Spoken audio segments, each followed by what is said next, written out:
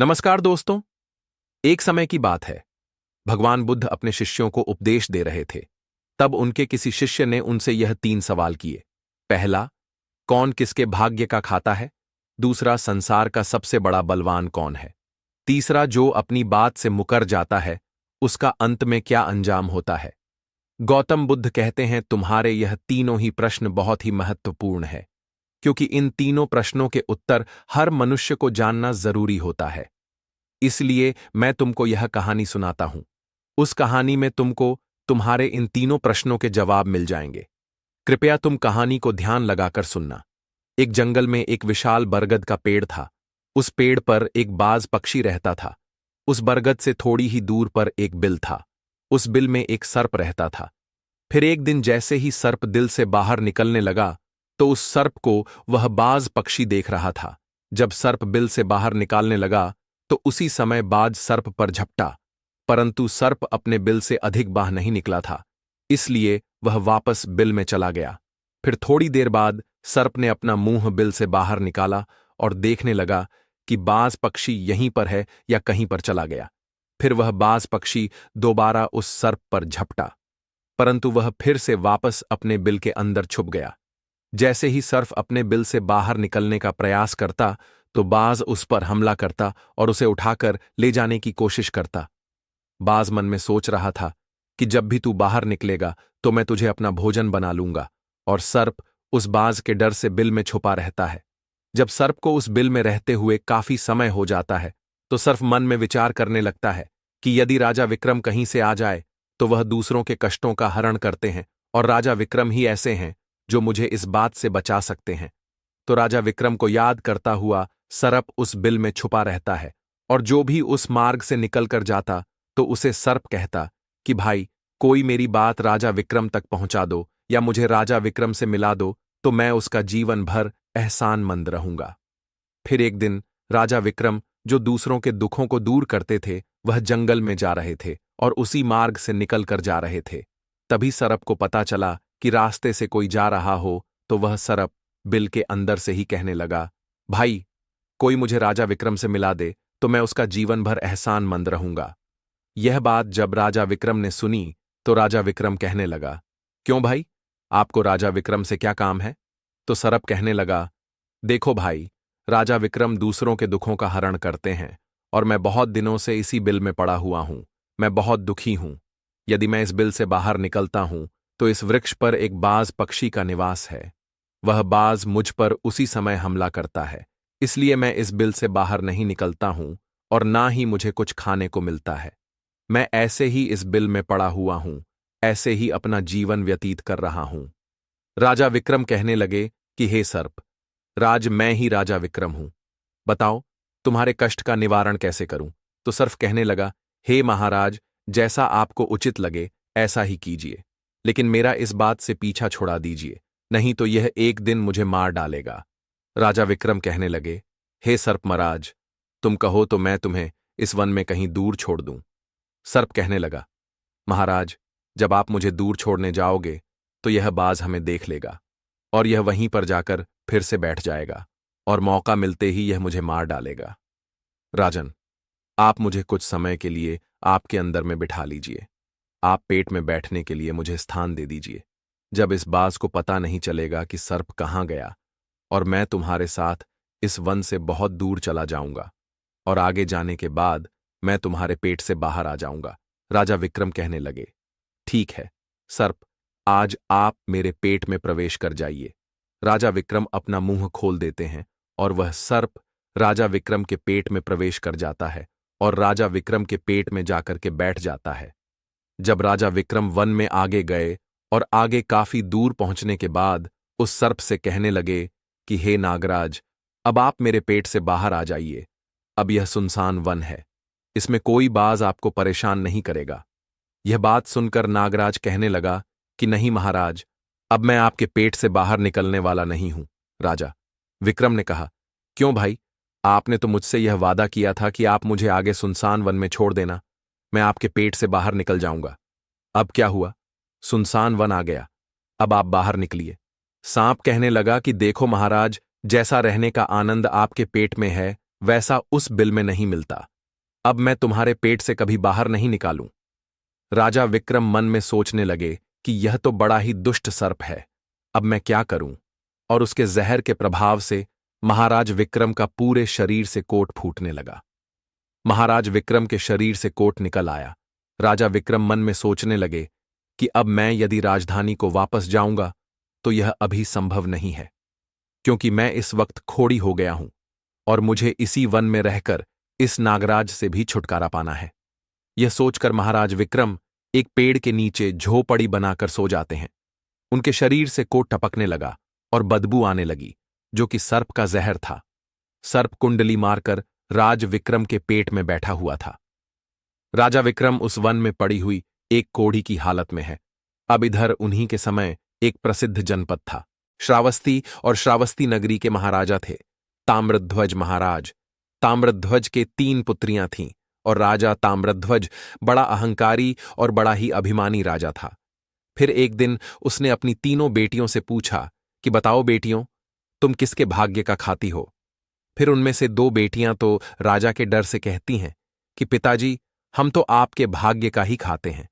परंतु उनमें से राजा की एक चित्ररेखा नामक बेटी थी। वह चित्ररेखा अपने पिता ताम्रध्वज कहती हैं कि नहीं पिताजी, मैं किसी के भाग्य का नहीं खाती हूं, मैं तो केवल अपने ही भाग्य का खाती हूं।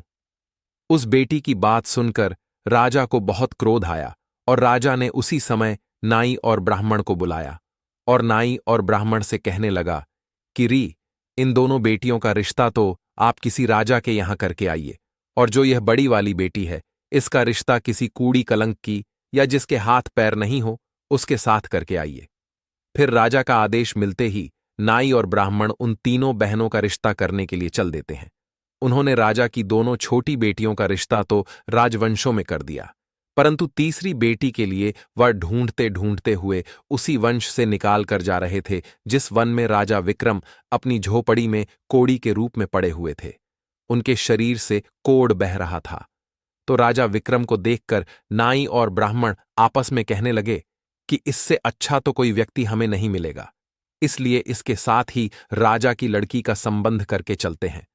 फिर राजा विक्रम के साथ नाई और ब्राह्मण ने राजा ताम्रध्वज की लड़की चित्ररेखा का विवाह तय कर दिया, और राजा ने भी बहुत जल्दी ही चित्रलेखा को उस वन में ले जाकर वहीं उस खड़ी राजा विक्रम के साथ उसका विवाह संपन्न कर दिया। राजा विक्रम जैसे महापराक्रमी राजा समय की चपेट में आ गए और एक कूड़ी का जीवन गुजार कर रहे थे। वह लड़की बड़ी भी पतिव्रता थी। वह अपने पति राजा विक्रम की सेवा करती थी, और वह दोनों छोटी बहनें जो थीं, वह बड़े बड़े राजाओं के घर में गई तो वह तो आराम की जिंदगी जी रही थी, लेकिन चित्रलेखा राजा विक्रम के साथ दुखी जीवन काट रही थी। कहते हैं, जो अपने नियम और सिद्धांतों पर रहता है और जो धर्म का पालन करता है, ईश्वर हमेशा उसे सुखी रखना ही पसंद करता है।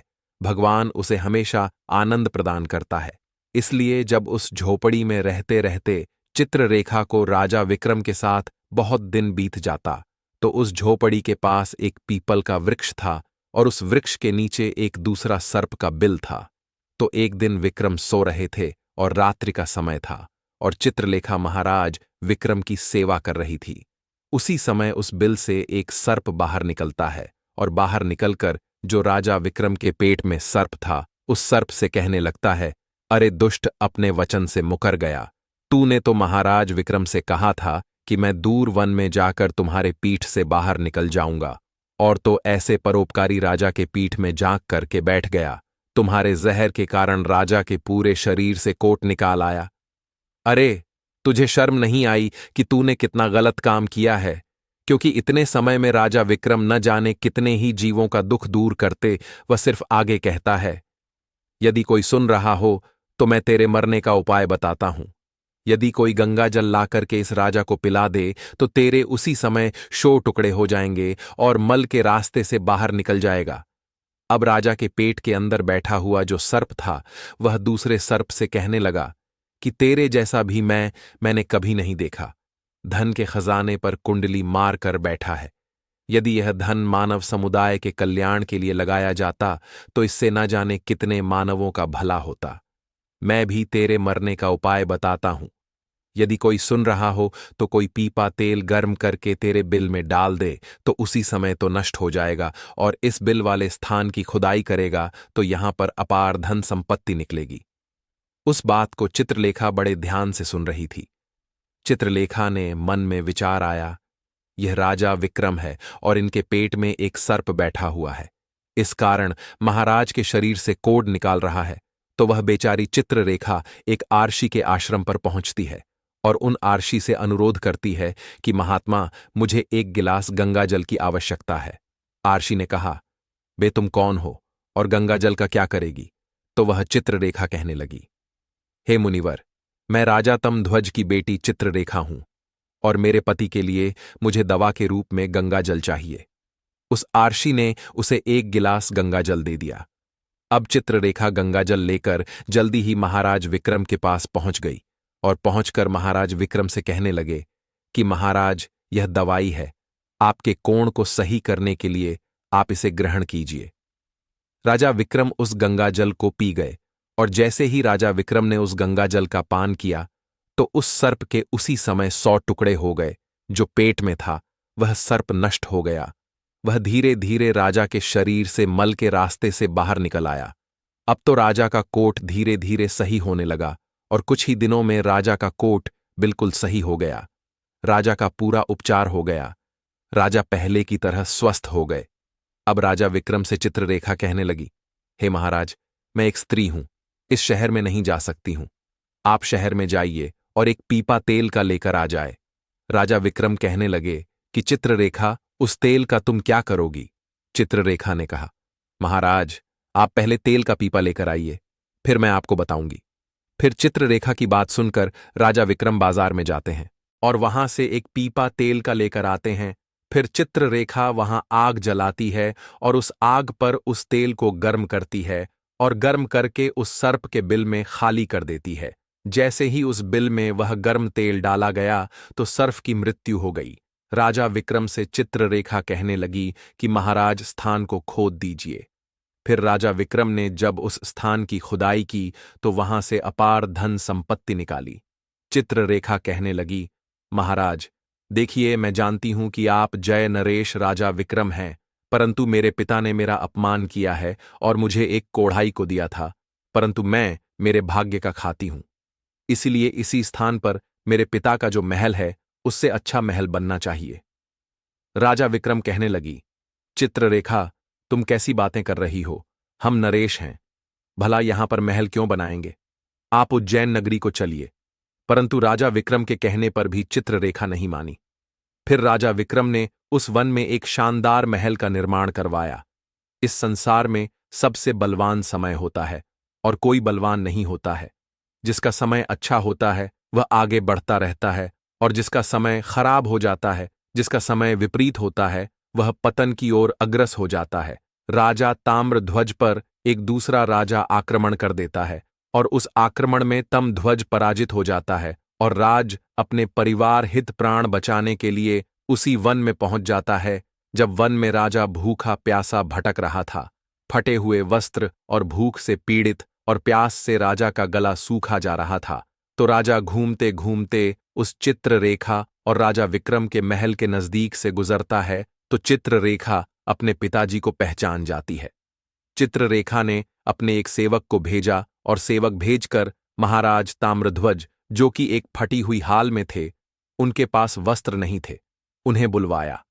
ताम्रध्वज ने सोचा कि यह न जाने कौन है और हमें क्यों बुला रही है। जब राजा ताम्रध्वज उस लड़की के पास पहुंचे तो लड़की को पहचान लिया। चित्ररेखा ताम्रध्वज से कहने लगी कि पिताजी, मैं वही चित्ररेखा हूं और मैं आपसे यह कहती थी कि मैं मेरे भाग्य का खाती हूं। देखिए, मैं मेरे ही भाग्य का खाती हूं, आपके भाग्य का नहीं खाती हूं। आपने ने मुझे एक कूड़ी को दिया था, परंतु मेरे भाग्य में तो एक सम्राट लिखा था। देखिए पिताजी, मैं उज्जैन नरेश राजा विक्रम की पत्नी हूं। राजा तमरध्वज मन में विचार करता है और अपनी उस लड़की से अपने अपराध के लिए क्षमा मांगता है। इस संसार में सबसे बड़ा बलवान समय है और हर कोई व्यक्ति किसी दूसरे के भाग्य का नहीं खाता है। हर कोई यह सोचता है कि यह मेरे भाग्य का खा रहा है। नहीं, कोई किसी के भाग का नहीं खाता है। जो कोई खाता है वह अपने भाग्य का ही खाता है। हर दाने दाने पर खाने वाले का नाम होता है। आप यह ना सोचे कि हम किसी को खिला रहे हैं। आप किसी को खिलाने वाले कौन होते हैं? इस संसार को खिलाने वाला तो एक ही है, और वह है भगवान शिव शंकर, जो अपनी बात से मुकर जाता है। उसका अंत वही होता है जो राजा विक्रम के पेट में बैठे हुए उस सर्प का हुआ था। अंततः वह विनाश को प्राप्त होता है। हमेशा सत्य की ही जीत होती है और अधर्मी, अत्याचारी और पापियों का अंत होता है। इस तरीके से राजा विक्रम और उसकी पत्नी चित्ररेखा ने राजा ताम्रध्वज का बड़ा स्वागत किया। वह राजा विक्रम महाराज ताम्रध्वज को अपने साथ उज्जैन ले आए, और में राजा विक्रम ने अपनी सेना राजा तमरदूज के साथ भेजी, और जिस राजा ने तमरदज को पराजित किया था उससे अपना राज्य वापस पा लिया। जिसकी किस्मत अच्छी होती है, जिसके कर्म अच्छे होते हैं, उसे ईश्वर कहीं ना कहीं से देता है। हम और तुम तो अपने परिवार का पालन करने में भी हिचक जाते हैं,